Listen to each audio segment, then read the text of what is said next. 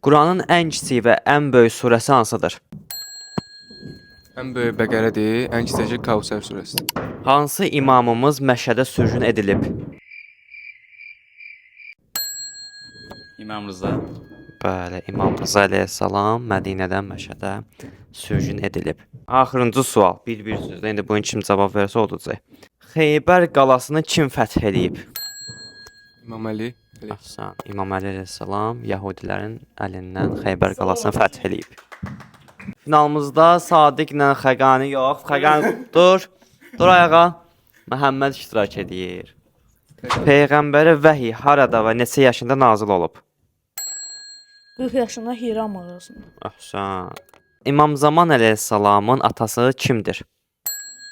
İmam Həsən Əskəri əleyhissalam. Neçənci imamımızdır? 11-ci.